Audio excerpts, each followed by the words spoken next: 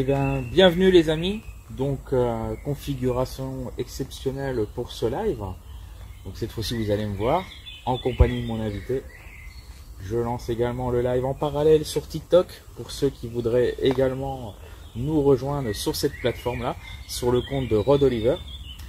Qui se cache derrière Rod Oliver? Eh ben, c'est Sébastien qui va se présenter pour ceux qui viendraient ne pas le connaître, malgré qu'on ait fait plusieurs interviews avec lui. Donc il va se présenter assez rapidement parce qu'il y a d'autres lives qu'on a pu faire ensemble, lui et moi, par rapport à sa présentation et à son entreprise. Bien entendu, dans ce live, on va aborder plusieurs sujets, sa vision de la pêche, bien entendu, de manière générale.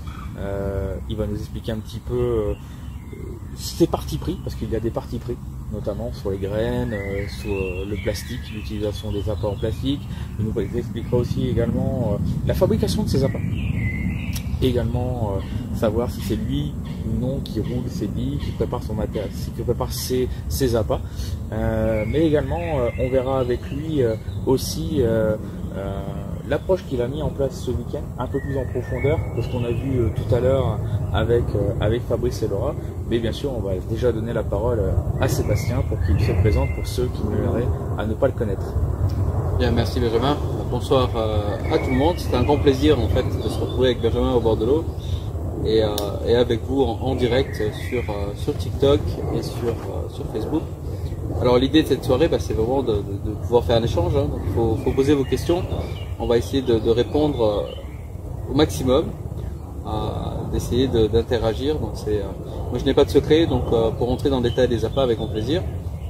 Donc je m'appelle Sébastien, j'ai 43 ans et j'ai fondé la société Rod Oliver l'année dernière. Et donc notre société, elle a pour but en fait de rendre votre spot, de rendre les spots des carpistes plus attractifs pour qu'ils puissent pêcher plus de carpes. Et on a un ingrédient signature, on a une façon de faire, une façon de voir les appâts qui est assez singulière. Et on a décidé de nous concentrer sur une protéine un peu particulière qui est la protéine d'insectes. Parce que celle-ci a beaucoup d'avantages et c'est une protéine qui est très écologique en fait. Il y a aussi cette importance d'avoir une approche écologique. C'est important parce que quand on est un carpiste, un pêcheur passionné, on a envie de faire attention à son environnement parce que c'est, comme on le voit ici, des endroits magnifiques. Si on ne les préserve pas, un jour il n'y en aura plus et notre passion déclinera. Donc l'idée c'est de jamais réduire la qualité et l'attractivité. Au contraire, les protéines d'insectes sont parmi les plus qualitatives des protéines qu'on puisse imaginer pour fabriquer des appâts. Et donc on a plusieurs savoir-faire, la qualité de nos protéines, la qualité aussi de nos arômes quand on les emploie. On a aussi d'autres technologies, on n'en a pas encore parlé ensemble, mais on est aussi spécialiste des traitements enzymatiques. Donc c'est aussi des sujets très intéressants. Voilà, donc on peut discuter de plein de choses ce soir et n'hésitez pas à poser vos questions. Alors avant toute chose, je vérifie, il manquerait nos logos, ils n'ont pas été incrustés, donc je vais repasser derrière la caméra. Je vais poser la première question à notre invité, en l'occurrence Sébastien. Tu as un parti pris, avant de présenter un petit peu ton entreprise, tu as un parti pris concernant les appâts artificiels. Voilà, on a pu évoquer ça ensemble, toi et moi. Quel est ton avis, ton opinion là-dessus par rapport aux appâts artificiels? Alors, quand on parle d'appât artificiel, j'imagine que tu veux parler du maïs plastique. Maïs plastique, voilà, tout ce qui n'est pas issu d'une transformation, comme les bouillettes, les dumbbells qu'on a fait cuire, mais plutôt, oui, les maïs, les faux maïs. On a vu également, j'ai déjà vu également sur d'autres marques que certaines créent des fausses moules. Imaginons aussi, j'aurais voulu savoir comment toi tu te positionnes par rapport à ça. Est-ce que toi c'est quelque chose que tu aimes à utiliser dans tes parties de pêche ou pas du tout? C'est pas quelque chose qui t'intéresse ou tu n'y crois pas tout simplement? Alors si j'utilise parfois les appâts en plastique. Alors je ne l'ai pas utilisé encore ici. En fait, comme on avait déjà discuté à Waplage sur la définition d'un appât, un appât c'est fait pour attirer le poisson. quand on parle des bouillettes, quand on parle des graines, quand on parle de tout ce qui est nourriture comestible, évidemment, l'intérêt de ces appâts-là, c'est d'apporter une plus-value nutritionnelle, d'où l'importance d'avoir des bouillettes très qualitatives et surtout très digestes. Mais il y a d'autres vecteurs en fait d'attractivité. Quand on parle des appâts en plastique, en fait, le vecteur principal d'attractivité, c'est la vue. Alors on peut aussi partir sur le côté olfactif, parce qu'on peut tremper ces èches en plastique dans des liquides, dans des arômes par exemple. Donc il peut y avoir ce côté olfactif, mais le côté principal, et surtout si on ne fait pas de pré-trempage, donc si on achète le plastique qui a un goût neutre, on va s'attaquer à l'attrait visuel. Bon, du coup ça nous amène à la question, est-ce que la carpe elle voit? Alors, la vue de la carpe est très bien documentée dans la science. Donc, il y a évidemment des recherches très abouties là-dedans. Et je dirais que on peut pas comparer les vues. Parce que, en fait, la vue, je commencerai par dire que la nature étant bien faite, la vue de la carpe est adaptée au milieu aquatique. Et la vue humaine est adaptée à la vie hors aquatique. Donc comparer, c'est un peu délicat. Mais on va dire que la science explique très bien que la carpe a une vue qui est encore plus élaborée que la nôtre en fait. Elle voit les couleurs, le spectre de couleurs que la carpe voit est plus important parce que elle a, en fait, la carpe a 4 cônes visuels et l'homme en a 3. Donc nous voyons 3 couleurs, le bleu, le vert et le rouge. Et la carpe voit ces couleurs-là et elle voit en plus les ultraviolets. Donc elle a encore une capacité visuelle finalement qui est un peu plus grande que la. Donc la carpe voit les couleurs comme nous on les voit. Donc la couleur joue un rôle. Généralement, quand on utilise que ce soit des billes qu'on a cuites ou des appâts artificiels, moi j'ai déjà pu constater que par exemple le rose c'est quand même quelque chose qui est incontournable. Ouais. Le rose, le jaune, le blanc, oui. Ce sont ces 3 couleurs-là qui sont plutôt intéressantes. Et à contrario, on aura toujours quelqu'un dans les commentaires qui me dira oui, mais moi j'utilise des billes marron, rouge, foncé, et ça marche très très bien aussi. Alors il faut déjà savoir que la vue de la carpe, en fait, elle a un spectre de couleurs plus large, mais elle a aussi un champ visuel qui est plus large. Ses yeux étant, on sait bien, sur le côté, en fait, elle a une vue quasiment à 180 degrés sur chaque œil. Et la particularité, la grande différence entre la vision humaine et la vision des carpes, c'est que nous, on a une vision binoculaire, donc on voit en 3 dimensions, alors que la carpe, elle a un champ de vision essentiellement monoculaire. Donc ça veut dire que chaque œil est indépendant. L'œil gauche ne voit pas la même chose que l'œil droit. Sauf en face d'elle, de très près, où elle a à peu près 20 degrés de vue binoculaire. Et donc en fait, la carpe voit très bien face à elle, mais uniquement de près. Donc la carpe, elle est un peu myope en fait. Elle a du mal à distinguer les formes. En tout cas, elle ne peut pas voir en 3D sur les côtés, parce que pour voir en 3D, il faut avoir une vue binoculaire. Et donc ça a l'importance parce que elle a une vue qui est assez performante de près, et elle a une vue qui est assez dégradée de loin. Alors quand on a dit ça, à quoi ça nous avance? Ben en fait, la vue des couleurs, alors tu dis le rose, ça c'est pas anodin, donc nous chez Rhode Oliver on a 3 couleurs par exemple dans les pop-up, on utilise le rose, l'orange et le jaune, et le rose c'est aussi ma préférée, l'orange et le rose ce sont mes préférés. Alors le truc qu'il faut savoir aussi, c'est que les couleurs ne sont plus visibles à partir de certains niveaux de profondeur, et ça c'est le spectre de lumière en fait, quand il pénètre dans l'eau il disparaît. La première couleur qui disparaît c'est le rouge. Après 5-6 mètres, le rouge n'est plus visible dans l'eau. Et la dernière couleur qui disparaît, c'est le violet et le bleu. Et donc pourquoi? Parce qu'en fait, les couleurs bleues et violettes sont des couleurs à ondes courtes, et le rouge est une couleur à ondes longues. Et les ondes longues disparaissent dans l'eau. Et ça a son importance, parce que si par exemple tu pêches dans une gravière, une carrière qui a 10-15 mètres de fond, et tu veux mettre une bouillette rouge, ben si tu le fais parce qu'elle est rouge, ça n'a aucun intérêt. Parce que les couleurs évidemment disparaissent dans l'eau. Donc quand on est dans l'eau à moins de 10 mètres, le rouge, on peut pas le voir. Alors, on va voir un ton de gris si tu veux. On va voir une forme, mais on va pas voir la couleur. Ça c'est valable pour l'homme aussi. Les couleurs, le rose disparaît beaucoup plus tard, autour des 15 mètres, entre 10 et 15 mètres, comme le jaune d'ailleurs. Et après on va aller vers des couleurs à ondes courtes, donc on va aller vers le bleu, le violet qui disparaissent dans les 60-70 mètres. Le blanc, pareil, il disparaît dans les 70 mètres, le blanc n'étant pas une couleur. Et le noir qui lui représente toutes les couleurs en fait reste aussi visible à cette profondeur-là. Donc pourquoi tu m'avais posé la question quand tu as vu mon fil rouge? Ah oui, Tu te rappelles? Tout à fait, ouais. Quand je suis arrivé, je me dis tiens, étonnant, pourquoi un fil rouge sur les moulinets? Parce que le fil rouge ne se voit plus à partir de 5-6 mètres. D'accord. Après, il faut avoir l'occasion de pêcher plus profond. C'est pas souvent. Ici, il y a 4 mètres. Donc il n'y a pas de plus-value. Ici, il n'y a pas de plus-value. Mais bon, tu vas pas changer non Non. plus ta bobine. Non, il n'y a pas de plus-value. Il n'y a pas de plus-value. Mais les couleurs, évidemment, elles jouent un rôle. Alors la carpe, bien sûr, au plus l'eau est claire et au plus il y a de lumière, au plus sa vision est performante. Mais elle est adaptée à voir en eau trouble. Elle est adaptée à voir en eau sombre. Donc, il faut toujours garder à l'esprit en fait que la carpe, elle est adaptée à son environnement. Donc, bien entendu, sa vue, c'est pas la nôtre. Elle voit les choses pas de la même façon, dans le sens où elle peut voir mieux certaines choses. Moi, par exemple, les ultraviolets, l'homme ne voit pas les ultraviolets, alors que la carpe les voit. Donc, déjà, elle est plus performante là-dessus, par exemple. Mais sur les couleurs, oui, elle voit très bien les couleurs. En fait, la carpe voit très bien. Voilà. Pour ceux qui nous regarderaient sur les deux plateformes, sachez que je peux voir vos commentaires, que ce soit sur Facebook ou sur TikTok sur ma gauche. N'hésitez pas à poser vos questions. Je poserai donc celle-ci à notre invité qui se fera un plaisir d'y répondre durant tout ce live. Donc n'hésitez pas, hein, c'est un moment d'échange entre vous et nous. Donc profitez de cet instant qui vous est offert.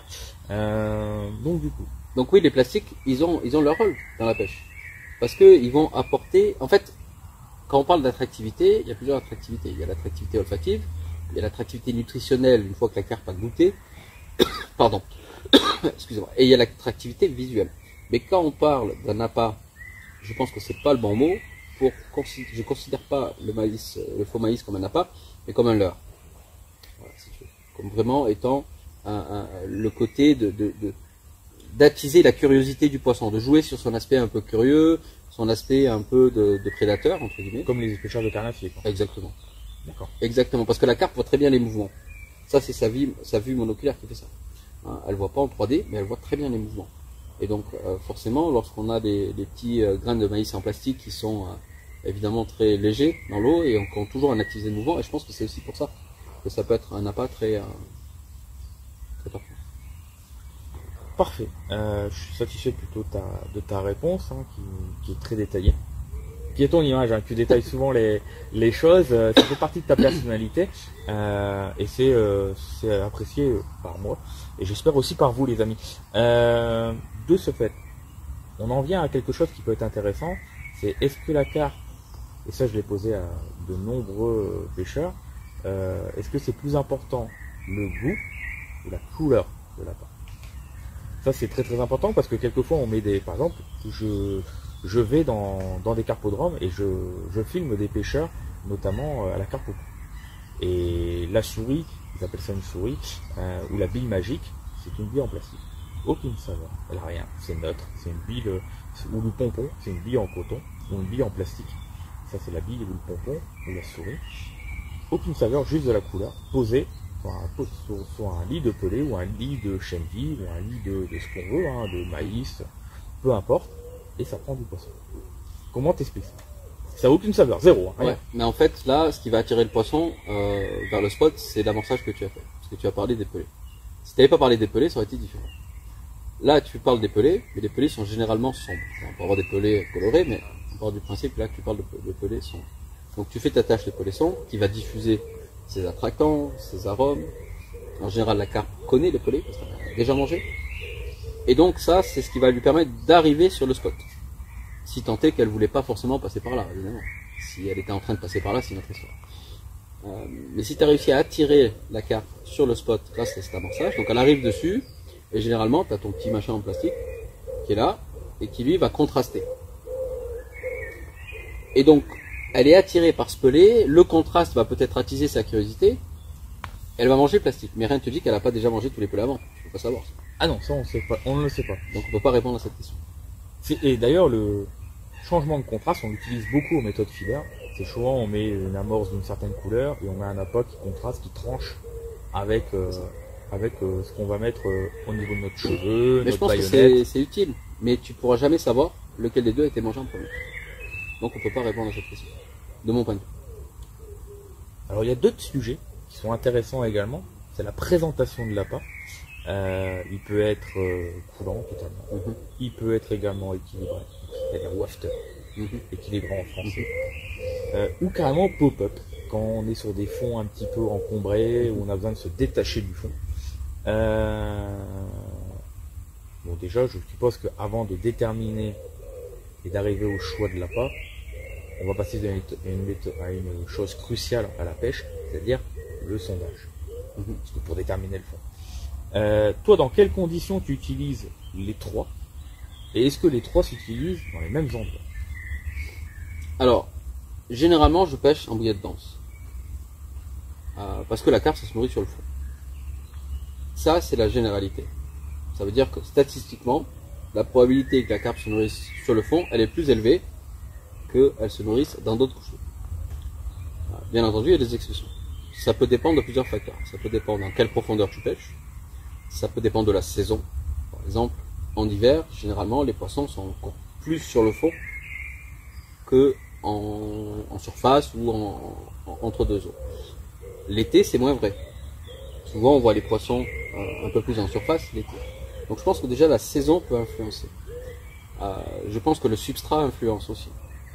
Si on a un substrat très vaseux, c'est pas que la carpe va pas s'alimenter sur le fond, parce que la carpe, ça la gêne pas à la base. Elle va filtrer 15 cm de vase, c'est pas un problème pour elle. Par contre, c'est un problème pour ton montage. Parce que le montage, quand tu pêches, alors je parle pas du feeder, parce que moi c'est une pêche que je pratique pas. Et quand tu parles de la batterie, pêche en batterie comme on fait ici, souvent le plomb, quand tu parles d'un plomb de 90-120 grammes, il va s'enfoncer dans la base, même si tu le déposes à la main. Petit à petit, la gravité va faire son œuvre et le plomb va sur la base. Et donc il va entraîner l'èche avec. Donc là, il se peut que ton lèche disparaisse. Alors, est-ce que c'est un problème pour la carpe, pour trouver lèche? Pas forcément. Elle va filtrer. Par contre, elle aura plus l'aspect visuel dont on vient juste de parler. Le problème, c'est plutôt pour l'efficacité de ton piquant ou de ton hameçon. Parce que si tu t'enfonces dans la vase et que ton hameçon récupère tout ce qu'il y a au fond, les feuilles, des branches, des saletés, la carpe va peut-être trouver ta bouillette, mais la probabilité qu'elle se pique correctement va être plus faible. Donc dans ce cas-là, ouais, il faut peut-être essayer de faire une présentation un peu plus compliquée, un peu plus améliorée. Et là, je pense que la pop-up a un attrait qui peut être plus fort. A fortiori l'été, parce que l'été, il y a plus de basse qu'en hiver, par exemple. Donc, je pense que il faut savoir s'adapter à sa situation. Le wafter, c'est un peu différent. Je pense que c'est plutôt intéressant sur des fonds qui sont... Si le fond est trop vaseux, la wafter, ça va pas changer grand chose, elle va quand même s'enfoncer avec le plomb.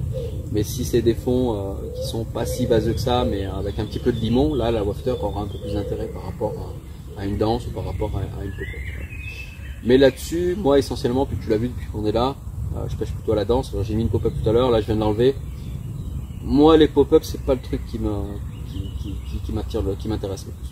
Alors, de temps en temps, je fais un montage un peu tricheur, un montage un peu en bonhomme de neige, mais c'est juste pour surélever un peu l'appât, pour éviter qu'il s'enfonce dans la vase. Mais là, je reste quand même sur ma bouillette dense et je mets une pop-up au-dessus.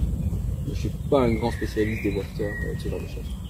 Pour faire de l'équilibrage en wafter quand on utilise, est-ce que tu utilises pop-up et danse, ou est-ce que tu utilises simplement une danse que tu as creusée, comme on voit dans certains tutos sur internet, avec et mettre un peu de liège dedans? Quelles sont les techniques que toi tu aimes à utiliser? Moi, je fais un bonhomme de neige. D'accord. Parce que alors du liège, c'était une technique qu'on utilisait beaucoup dans les années 90. On voyait beaucoup ça. Et puis après est arrivé ces billettes un peu plus élaborées, les wafters, qui sont par elles-mêmes déjà en fait suffisamment équilibrées pour atteindre l'objectif que tu souhaites atteindre. Donc non, je fais pas ça, de mettre un morceau de liège. En général, je mets une pop-up sur ma danse. En général, je mets une 15 mm sur une 20 mm par exemple. On voit également sur les divers réseaux sociaux, que ce soit Facebook ou TikTok, régulièrement des pâtes plombées. Il faut également jouer sur l'équilibrage. Ah oui, parce que là, sur ton montage, il va falloir savoir à quelle hauteur tu veux mettre ton... Voilà, oui. on voit également des pâtes plombées, ça se voit de plus en plus. Est-ce que toi, tu es du genre à en utiliser? Oui, j'utilise, pas plus tard tout à l'heure, j'ai mis un plomb sur mon bas de ligne, à la distance que je voulais. Tu as vu, j'ai mis dans l'eau devant nous, parce qu'il y a une couche de vase devant nous. Et je pense qu'elle est plus ou moins la même là où on pêche. Et donc j'ai déposé en fait le montage. J'ai mis à peu près 5 cm de distance entre mon plomb et mon hameçon. Et ça arrivait à fleur de la vase qu'on avait devant. Donc oui, j'utilise ça parce que si tu mets pas le plomb, bah, tu vas te décoller de la longueur de ton badine, tout simplement. Voilà. C'est pas forcément un problème. Hein.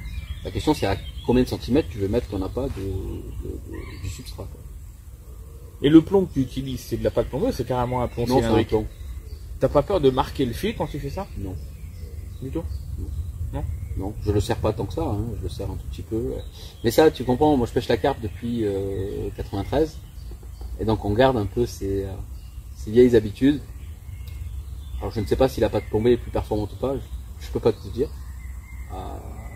Mais là-dessus, moi j'utilise une grenaille. Disons que avec de la pâte plombée, elle s'en va, on peut l'enlever comme on veut. Tu me diras un plomb aussi si on le serre de l'autre côté.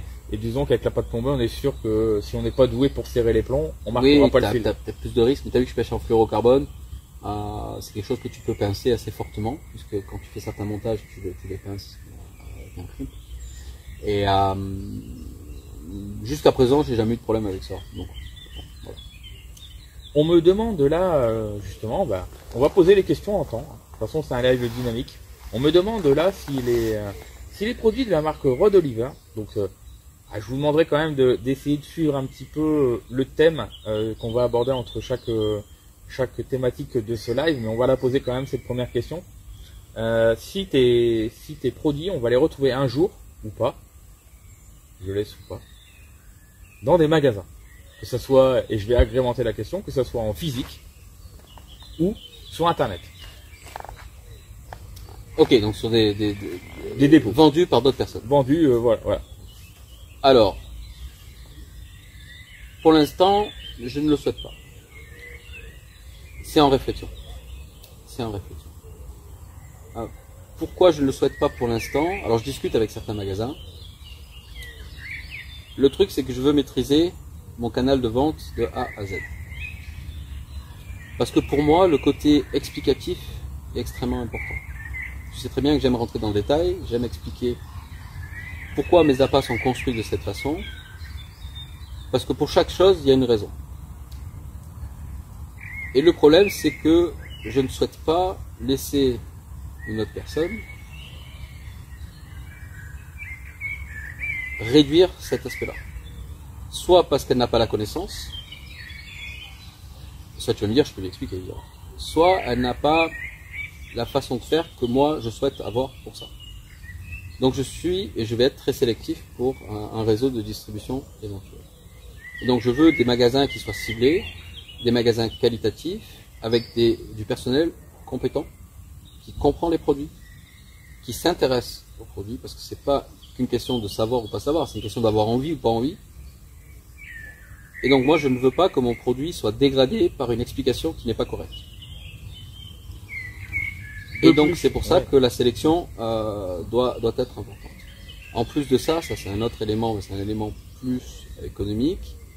Le business model des magasins de pêche n'est pour moi pas le plus intelligent. Et je m'explique. Un magasin de pêche, ça a beaucoup de références. A fortiori, les magasins multi-pêche. Donc ils ont carnassier, pêche au cou, pêche de la carpe, et j'en passe et des meilleurs. Donc quand vous entrez dans un magasin, souvent c'est pléthore de références. Donc si on se met à la place du magasin de pêche, il faut à un moment donné qu'il règle les factures de ces références. Et donc ça veut dire que parfois, un magasin qui vendrait tes produits très bien, parce qu'il sait en parler, parce que les clients apprécient, eh ben c'est pas forcé qu'il puisse être en capacité de recommander régulièrement, parce que peut-être qu'il a d'autres produits qui vendent moins bien, et donc il va utiliser l'argent qu'il gagne sur les produits qui vendent bien pour payer ceux qui vendent pas bien. Et donc si tu veux, et ça c'est le cœur du business model qui est de mon point de vue pas bon. Et donc ça c'est une fragilité structurelle. Et c'est pour ça que je ne veux pas m'embarquer avec des magasins de pêche qui ne sont pas sains financièrement. Et ça c'est le problème de beaucoup de magasins de pêche. Et c'est pour ça qu'on voit beaucoup de magasins de pêche où il manque des références. Voilà, parfois j'entends beaucoup des gens qui critiquent le magasin de pêche, ouais, mais il n'y a rien, ou il y a des trucs à l'ouverture et 2 mois après il n'y a plus rien, et ça traîne. C'est pas forcément parce que le propriétaire ne veut pas. Et je pense que dans bien des cas, il est conscient que c'est un problème pour son image. C'est pas qu'il veut pas, c'est qu'il peut pas financièrement. Puis c'est aussi un manque de place. Il y a aussi un manque de place. Il y a aussi également une chose qu'il faut pas négliger, c'est que vous, pêcheurs qui allez aller dans un magasin de pêche, vous allez voir les produits Rodeliver. Les produits Rodeliver, ils sont sur un segment haut de gamme. Donc qui dit haut de gamme, dit un prix parfois qui peut être un peu plus élevé qu'une bille premier prix. Je dis pas que les autres marques ont du premier prix. Ne me faites pas dire ce que je n'ai pas dit. Il y a de tout dans un magasin de pêche. Et donc, si vous avez déjà une mauvaise information qui est transmise par le vendeur, comme vient de le dire Sébastien, qu'est-ce qui va pousser un potentiel acheteur de se dire je vais mettre 2 fois le prix, ou 3 fois, peu importe. Hein, ou 1 fois et demi, ça dépend ou des une points. fois et demi, ou 1 fois et demi, sur les produits Rodeliver, sachant que la personne va pas vendre l'article au mieux, elle va pas savoir avoir les bons arguments concernant les produits de Sébastien. Donc je peux comprendre également pourquoi il se positionne pas par rapport à ça, parce qu'au contraire ça pourrait lui faire une mauvaise pub plus qu'une bonne pub au final. Parce qu'au final le retour serait négatif. Les gens iraient dans les magasins, ils seraient mal renseignés et ils diraient tout simplement, ils seraient très réducteurs, dire ouais, en fait c'est des produits haut de gamme, ça coûte super cher, ça prend pas plus de poissons, moi je préfère rester avec ma bille qui coûte 1 fois et demi moins cher. Et ça serait tout sauf productif, si j'ai bien compris pour toi. Mais le problème c'est que moi, haut de gamme ou pas haut de gamme, c'est pas un argument que j'utilise parce que ça fait appel à un certain imaginaire, mais concrètement ça veut rien dire. Hein, qu'est-ce qui est haut de gamme, qu'est-ce qui n'est pas haut de gamme. Par contre, quand j'explique ce qu'il y a à l'intérieur, les gens comprennent la construction du prix. Si tu veux. Et donc ça, si la personne qui vend dans le magasin, alors nous on a 3 gammes de bouillettes. On a une gamme à 8 € le kilo, une gamme à 10 € et une gamme à 14. C'est un peu moins dans les faits, mais pour faire simple. Donc, on est présent sur toute la palette de prix, on n'est pas les plus chers. Par contre, en termes d'explication, en termes de produits, ce qu'il y a à l'intérieur, moi je peux vous expliquer de A à Z chaque produit. D'ailleurs, je le fais sur mes TikTok, sur YouTube, j'explique chacun de mes ingrédients et j'explique pourquoi c'est là-dedans. Et chaque ingrédient a un intérêt. D'où la construction du tarif, tout simplement. Et donc, plus que le risque de nuire à l'image, moi je ne veux pas que quelqu'un qui ne veut pas comprendre le fonctionnement de la bouillette ne peut pas l'expliquer à un acheteur. Et souvent il y a cette défaillance dans les magasins de pêche. Enfin, je suis désolé, mais c'est la vérité. C'est la vérité. Alors c'est parce que il y a un manque de personnel, parce que les vendeurs ils vendent à la fois le carnassier, ça se trouve le mec il pêche le carnassier, il pêche pas la carpe, mais il doit quand même vendre la carpe parce que le magasin n'a pas les moyens de payer des employés. Donc c'est pas une critique, c'est une constatation. C'est une constatation. Et donc moi je veux pas me retrouver dans cette situation. Donc vendre dans les magasins, a priori je suis pas trop pour, mais je regarde, je discute et j'essaye de comprendre quels seraient les magasins les plus intéressants pour me vendre. Et après c'est la question de distribution. Parce que là je suppose que tu parles de la France, mais notre marché c'est pas que la France. Donc on est présent en Belgique, on est présent en Allemagne, on est présent au Luxembourg bien entendu. On est en discussion en Bulgarie là avec un importateur spécialisé. Donc là, pour des pays très lointains comme les pays d'Europe de l'Est, que ce soit la Bulgarie, la Hongrie, la Roumanie éventuellement, là on sera plutôt vers des distributeurs. Donc là oui, on n'aura pas le choix parce que c'est trop compliqué d'un point de vue logistique. Mais dans la zone, on va dire, d'un point de vue géographique, que ce soit l'Allemagne, que ce soit la Belgique, que ce soit la Hollande, que ce soit le Luxembourg, la France, moi j'ai pas de problème parce que d'abord je parle les langues, je parle anglais, je parle allemand, donc pour moi ça me pose pas de problème d'aller moi-même faire cette promotion-là. Après dans des pays où je parle pas la langue, comme par exemple l'Italie ou l'Espagne, je peux le faire en anglais, c'est pas forcément un problème non plus. Après dans d'autres pays plus exotiques entre guillemets, des pays plus éloignés, là il vaut mieux passer par des gens qui parlent la langue, au lieu de passer par des distributeurs exclusifs. On se met un petit peu en danger. Allez, on y va. J'ai des commentaires qui peuvent être un peu piquants. Voilà, c'est le but d'un live. Je vais en avoir. On a échangé 15 000 fois avec lui. Il a vraiment l'impression que ses produits sont élaborés. Donc je sais, il y a plusieurs façons de le prendre ce message. On peut le prendre de manière très douce. On peut prendre de la manière un peu plus sarcastique, que tu te donnes un genre, comme quoi tes produits sont plus ou moins élaborés, que tu donnes un style. On va partir plus sur ça. Je pense que c'est plus sympa de repartir sur ça. c'est plus piquant. Est-ce que réellement tu te donnes un genre quand tu parles de tes produits pour donner l'illusion que ceux-ci sont vraiment différents de ce qu'on peut trouver, ou est-ce que vraiment tu as travaillé là-dessus et que tu as mis du temps?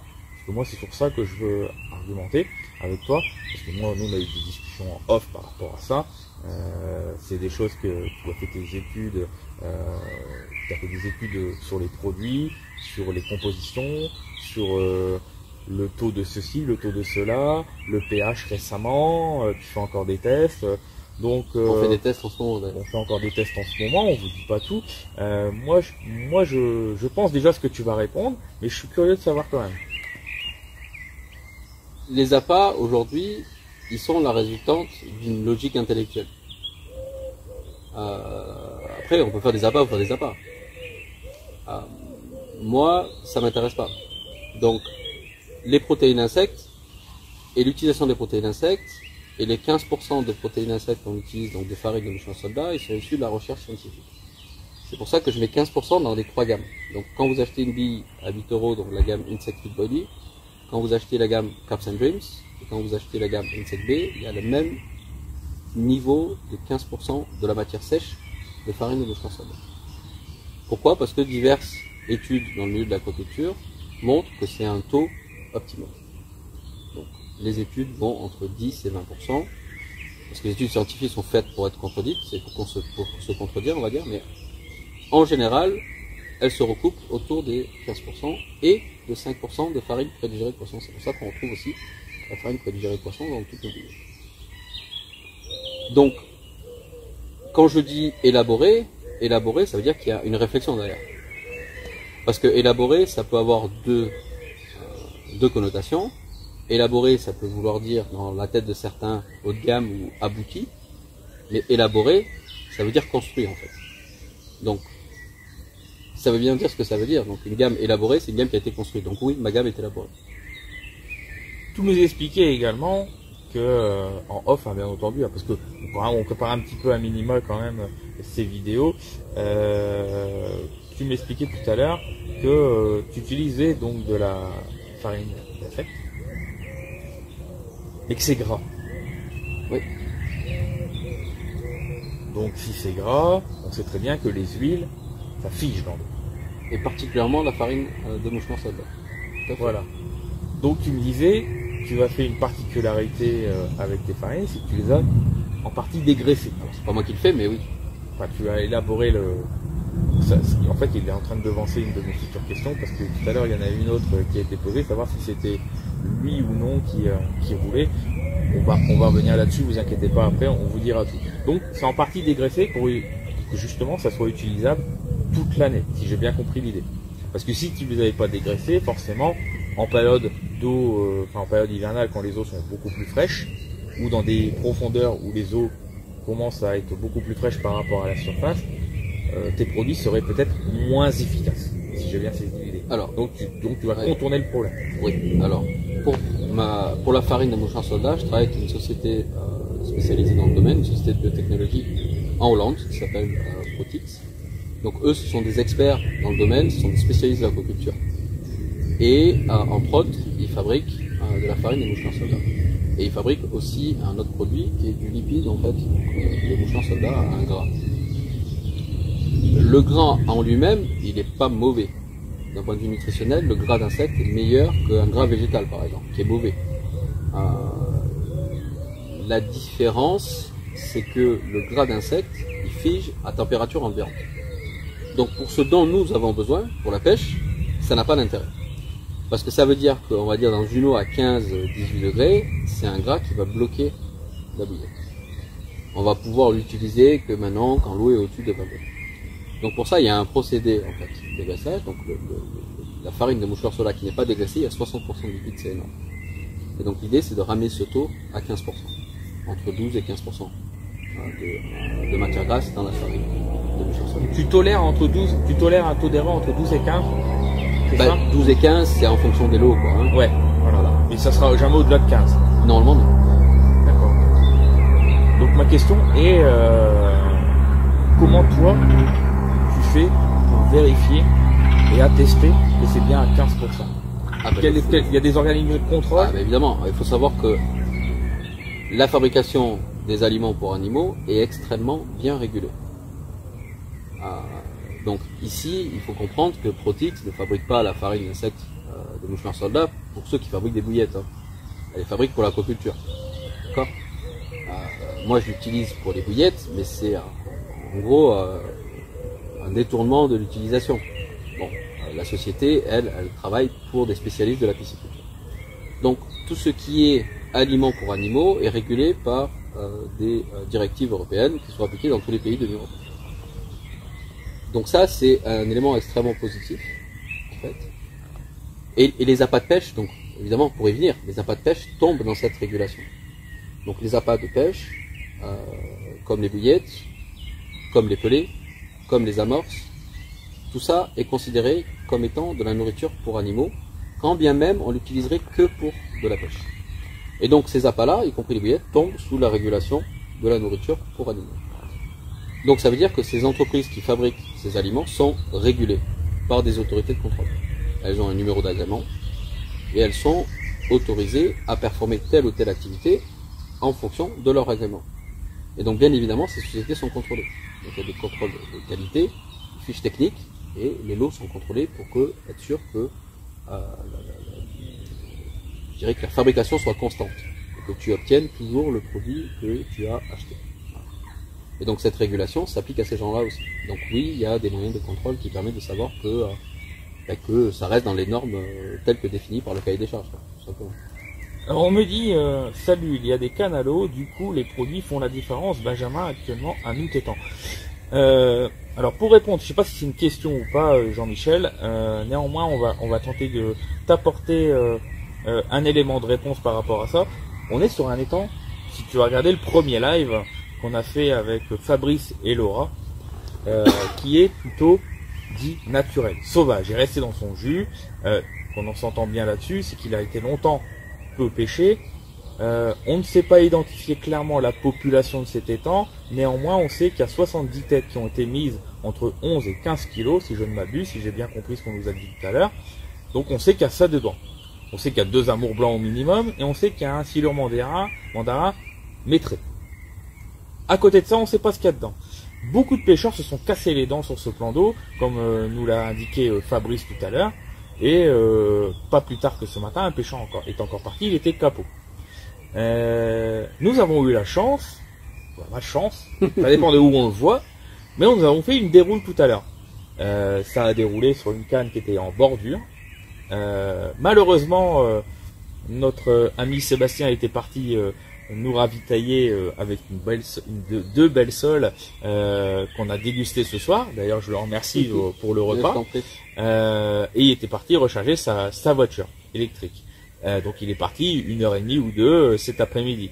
Malheureusement, la déroule s'est faite à ce moment-là. Moi, n'étant pas du tout un habitué de la pêche à la batterie, j'ai essayé de faire ce que je pouvais, mais la canne étant en bordure, c'était un risque qui a été pris, mais un risque qui a été payant, parce que ça a permis d'avoir une touche. Malheureusement, la carpe s'est tankée dans une branche d'arbre et je n'ai rien pu faire, elle m'a cassé. Voilà, elle a cassé le montage, mais ça montre bien, comme tu as pu le dire, Jean-Michel, que les produits fonctionnent, ils font la différence. Des tests sont en cours également. Sébastien vous en parlera s'il souhaite approfondir ceci avant de vous en parler, ou s'il souhaite déjà, dès aujourd'hui, vous donner quelques pistes sur les éléments de test. Mais en tout cas, oui, ça montre bien que les produits peuvent fonctionner sur des plans d'eau difficiles. Voilà. Et surtout, nous, tout comme lui, tout comme moi, on ne connaissait pas du tout le lieu, quoi. Ça, c'est quelque chose de très important. On l'a choisi en connaissance de cause. Bien entendu, on aurait pu se faciliter un peu plus la tâche en partant sur un plan d'eau qui est éprouvé, avec beaucoup plus de têtes dedans, un plan d'eau qui a été également pêché beaucoup plus souvent, donc avec du poisson qui est éduqué, qui est habitué. Là, on s'est quand même mis en difficulté, on s'est mis une difficulté en plus, mais pour se challenger. C'était le but un petit peu de cette session, c'était de prouver qu'on pouvait malgré tout essayer de s'en sortir. c'est à moitié rempli. Ouais. Ça sera rempli quand il y en aura une dans le panier qui sera juste derrière nous. On l'espère peut-être à l'issue de ce live, ça serait magnifique. Et comme ça, là, ça serait du direct de 100%. Maintenant, bon, malgré tout, c'est pas nous qui décidons. J'ai une question pour toi. On me demande si tes billes ou tes produits, en règle générale, se conservent dans le temps. Oui. Oui. Il y a une date 2 ans après fabrication. D'accord. On me demande également si on peut faire des retraits à ton labo. À mon siège, oui, on peut, mais uniquement sur rendez-vous. D'accord, ok. J'ai pu comprendre également dans les échanges qu'on a pu avoir ici et là que tu fais de manière ponctuelle, je dis bien ponctuelle avec des gros guillemets et des gros crochets, parfois en fonction de tes déplacements, si tu passes dans le coin, des livraisons. Oui, quand c'est près de chez moi. C'est vraiment très ponctuel. Oui, pour des bons clients, oui. Voilà. Commandez beaucoup, hein, les gars. Voilà. On me demande également sur quel site on peut commander tes produits. www.rodoliver.com. Voilà. Et vous voyez sur le site qui est très détaillé. Et puisqu'on parlait de la régulation, ça aussi, ça en fait partie. Il faut savoir, toi qui as pu voir mes packaging lors des salons, quand on s'est rencontrés sur les salons, il faut savoir qu'on est obligé évidemment de lister la totalité des ingrédients qui sont dans les billettes par ordre décroissant de poids. Donc le premier ingrédient, c'est l'ingrédient majoritaire, et le dernier ingrédient, l'ingrédient minoritaire. Et si jamais vous indiquez dans le nom du produit un ingrédient qui est constitué à l'intérieur de la bouillette, alors il faut mettre le pourcentage de cet ingrédient dans l'explication. Il faut bien sûr donner la composition analytique de ces produits, les risques éventuels d'allergie par exemple, et la date de conservation, la date de fabrication, le numéro du lot, le numéro d'agrément sanitaire, d'agrément de fabrication pour alimentation animale. Il faut qu'il y ait les logos sur le packaging pour expliquer où est-ce qu'il faut le jeter ou pas le jeter. Et tout ça doit figurer obligatoirement sur tous les sites qui vendent les produits. Donc ça veut dire quoi? Ça veut dire que si un autre vendeur vendrait mon produit, il aurait obligation d'avoir tous ces détails sur son site internet. Et moi j'ai obligation d'avoir tous ces détails sur mon site internet. Et donc c'est pour ça que quand vous allez sur www.rodoliver.com, pour chaque produit, vous avez la totalité des ingrédients utilisés, tous les composants analytiques, toutes les mentions obligatoires. Donc ça, c'est pas uniquement sur le packaging, mais c'est obligatoire aussi sur le site internet de vente. Et ça, c'est valable pour toute l'Union européenne. Donc les normes, en fait, il y a d'autres obligations pour les packaging. Il faut enregistrer son packaging. Il y a une régulation européenne qui oblige d'enregistrer dans chaque pays le packaging qui est utilisé. Il y a une taxe qui doit être payée sur chaque packaging pour le recyclage de ces packaging. C'est le Packaging Act, qui est une régulation européenne qui est valable en France, en Allemagne, en Belgique, dans tous les pays européens. Donc c'est un secteur d'activité qui est assez bien régulé. C'est très bien ainsi, parce que ça permet d'éviter à la fois les apprentis sorciers et un peu n'importe quoi. Donc à l'intérieur des apparts, on peut mettre ce qu'on veut. Par exemple, les colorants artificiels sont interdits. D'autres produits sont interdits. Vous ne pouvez pas utiliser ce que vous voulez à l'intérieur. Quel type de colorant du coup tu utilises toi, Alors moi j'utilise pas de colorant dans la gamme Insect Day. J'utilise pas de c'est que les ingrédients qui font que ces couleurs-là. Oui, ok. J'utilise pas de colorant dans la gamme Insect Fit Boily qui est la bouillette d'Insect Nut. J'utilise des colorants dans la gamme Carbs and Dreams pour la Slopex et la Spice Crab, mais c'est en fait soit des épices. En général, c'est des épices qui donnent la couleur. En fait. Voilà, donc ce sont des colorants naturels. On peut pas avoir de colorants artificiels dans les appâts qui sont destinés à la pêche. On peut avoir des colorants artificiels dans les leurres, donc les pop-up par exemple. Les pop-up ne sont pas considérés comme étant de la nourriture pour animaux et donc ne tombent pas sous la régulation. Du colorant alimentaire, on pourrait Non, s'ils sont pas naturels, non. Donc, alors, il faut pas penser parce que c'est autorisé pour la consommation humaine que c'est allé pour la consommation animale. C'est deux lois différentes. D'accord. Enfin, ce sont des lois différentes. Donc, parce que le parallèle de se dire si c'est valide pour la consommation humaine, c'est que c'est sain et qu'on peut l'utiliser pour la consommation animale. C'est pas comme ça qu'on peut raisonner. Ce sont des lois différentes. Donc, les animaux, certaines choses ne sont pas bonnes pour elles. Ils sont pas bonnes pour eux, pardon. Donc, il y a des choses que nous mangeons, mais qui ne sont pas bons pour certains animaux. Donc, on peut pas faire le parallèle. Si c'est le parallèle que tu voulais faire, oui. On peut pas. J'ai été très binaire. Hein. On peut pas faire ça. Non, en fait, il y a une régulation qui est très claire. En fait, c'est pas très compliqué, hein. Il suffit de la lire, mais c'est contraignant. Voilà. Je dirais pas que c'est compliqué, mais c'est contraignant. Donc, quand on fabrique, c'est pour ça que quand on pense une bouillette, il faut prendre en compte évidemment tout l'aspect qu'on veut faire, l'aspect nutritionnel, l'aspect d'attractivité, l'aspect de diffusion, enfin, tous les aspects qui nous intéressent en tant que carpiste. Mais il faut que tous ces aspects restent dans le cadre de la régulation. Donc si tu as un super ingrédient qui permet une dispersion magnifique mais qui est interdit, ça sert à rien d'y penser parce que de toute façon tu ne pourras pas le mettre dans ta bouillette. Donc voilà. Et donc ça, la loi a été modifiée en fait au fil des ans, hein, donc c'est différentes directives au niveau européen qui se sont empilées. Et aujourd'hui, les appâts de pêche tombent dans cette loi-là. Donc, quand tu achètes un paquet d'amorces pour la pêche au cou, ça tombe dans cette régulation-là. Et donc ça a permis d'éviter, en tout cas ça aide les clients, ça aide les pêcheurs à être sûrs que les choses qu'ils achètent soient de qualité. Quand je dis de qualité, ça ne veut pas dire bon ou mauvais, ça veut dire de qualité alimentaire pour animaux, quoi. Donc quelque chose qui est normé finalement, voilà, et qui préserve aussi le milieu aquatique. Parce qu'on peut très bien avoir des ingrédients qui peuvent avoir des impacts pas uniquement sur la santé animale, mais sur l'aspect environnemental, quoi, si tu veux. Donc tout ça aujourd'hui est très bien codifié et commun à toute l'Union européenne, donc les normes sont plus ou moins les mêmes d'un pays à l'autre. D'accord, ok. Il y a plusieurs aussi questions par rapport au prix. Alors, certains le trouvent excessif, d'autres ont émis des hypothèses. On a pu parler ensemble tout à l'heure du prix du packaging en même temps, voilà. C'est un coût global, si j'ai bien compris, entre le packaging, le développement, le temps qu'on passe pour développer les produits qu'il faut facturer forcément à l'entreprise. Hein, le temps qu'on passe, c'est pas du bénévolat. Hein. Les gens ne travaillent pas au bénévolat. Hein, je vous le dis tout de suite, quand on prend du temps pour faire de la vidéo, faire des shorts, passer 5 heures de son temps sur un après-midi à faire de la promotion de son entreprise, c'est du temps qui est facturé à celle-ci. Hein, on travaille pas gratuitement. Hein.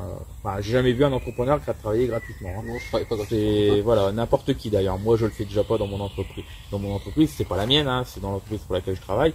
Donc je verrais mal encore un patron dire moi je fais des heures, mais c'est juste pour le Saint-Père, quoi. Non, ça marche pas comme ça la vie, malheureusement.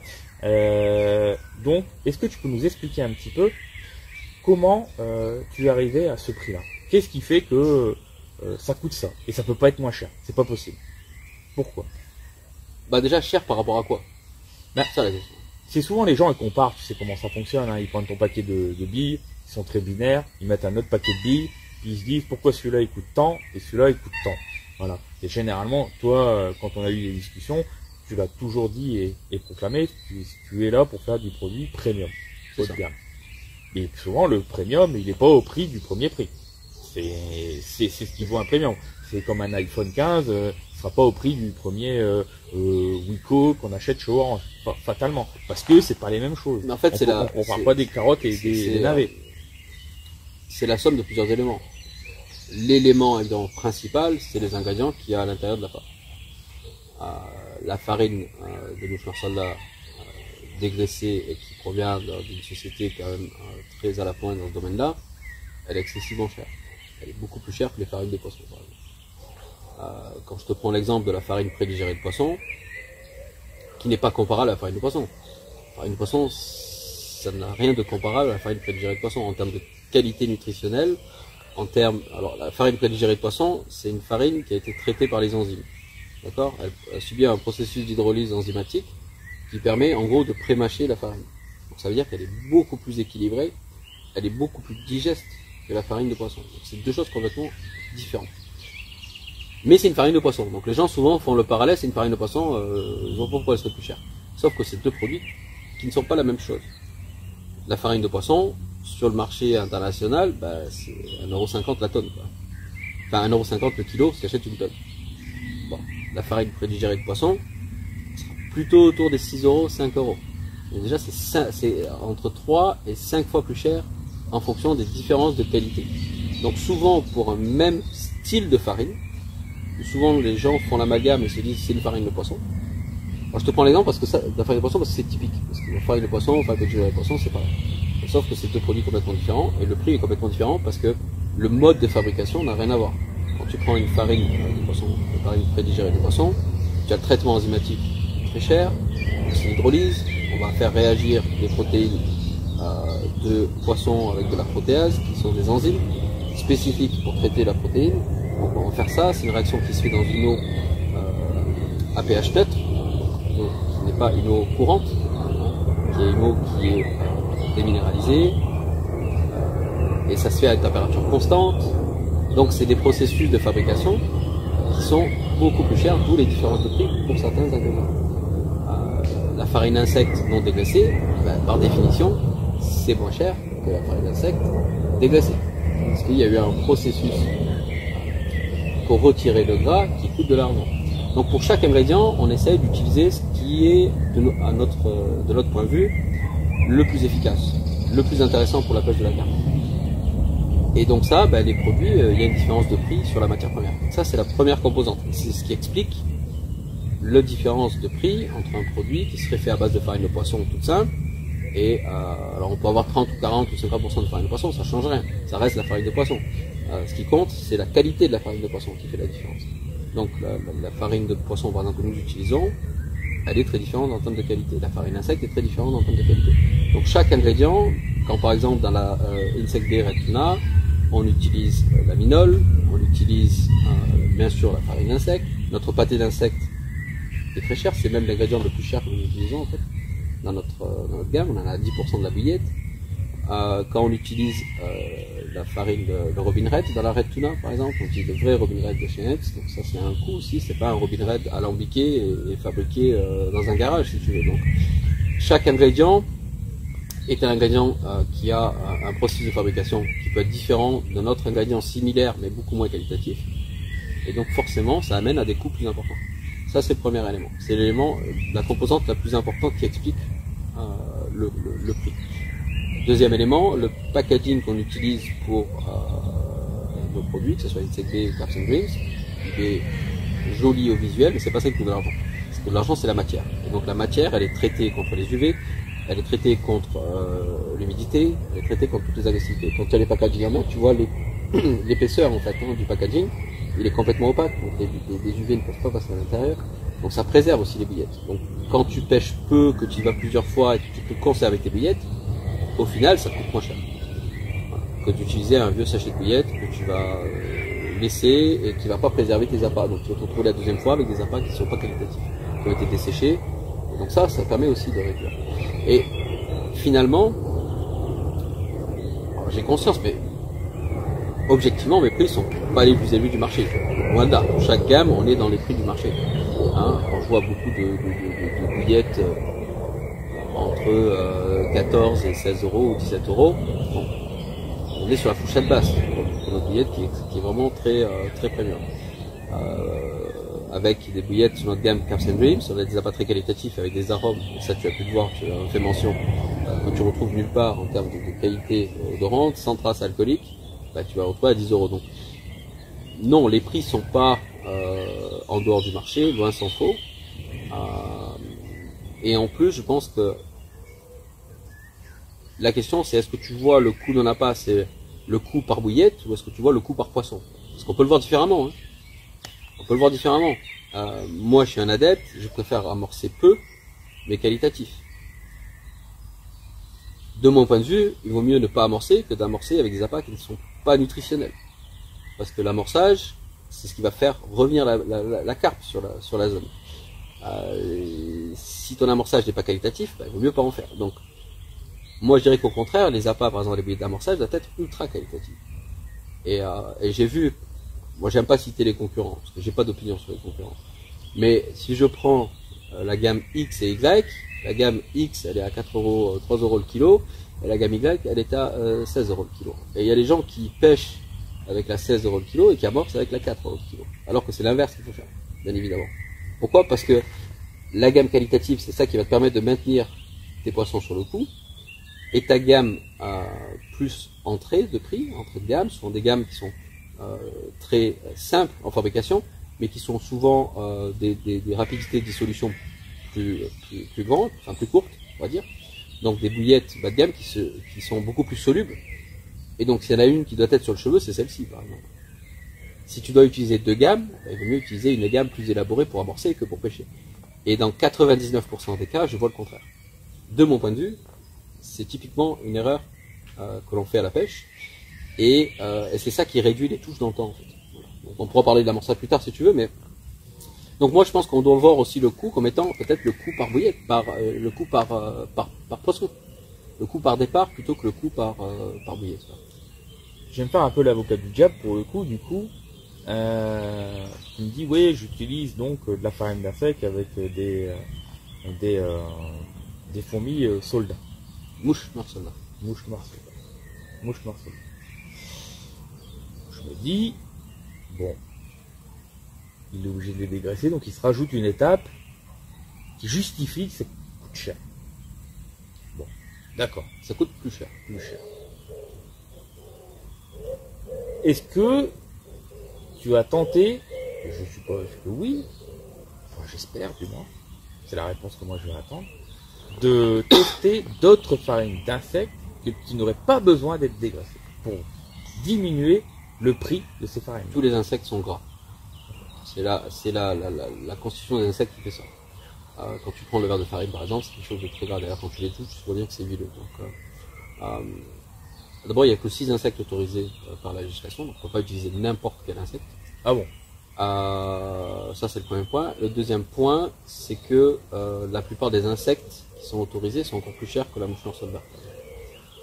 Pourquoi? Parce que la farine de mouche noire soldat est, de ce que moi j'ai pu voir, hein, la plus intéressante, parce que c'est elle qui a eu le plus de recherches scientifiques. C'est-à-dire que c'est la farine d'insecte qui est la plus appropriée dans le secteur de l'aquaculture. Donc c'est celle qu'on produit le plus en masse. Et donc au final, c'est celle où on arrive à avoir les meilleurs coûts de production. Donc non seulement la farine de mouche noire soda est la plus intéressante pour l'utilisation qu'on va en faire, mais c'est aussi la moins chère à fabriquer. Donc si tu utiliserais, donc dans les 5, on peut les citer, tu dois les connaître? Je les connais pas tous, là je les ai pas tous. On a le verre de farine, le cliquet, la farine de mouche noire soldat. Et après on a 2 autres insectes du Mexique, dont j'ai pas le nom. Et donc dans ces 5 là, celle que tu as choisie, c'est la moins chère. Donc si tu avais utilisé l'une des 4 autres, ça serait plus cher. Celle que j'ai choisie, c'est la plus efficace. Mais elle est la moins chère, parce qu'elle est la plus efficace et donc elle est la plus utilisée en aquaculture. Donc comme elle est la plus utilisée en aquaculture, les tonnages de production font qu'elle devient la moins chère. D'accord. Ouais. Tout à l'heure, tu nous parlais un petit peu des billes à mettre sur le cheveu et celles en amorçage. Ouais.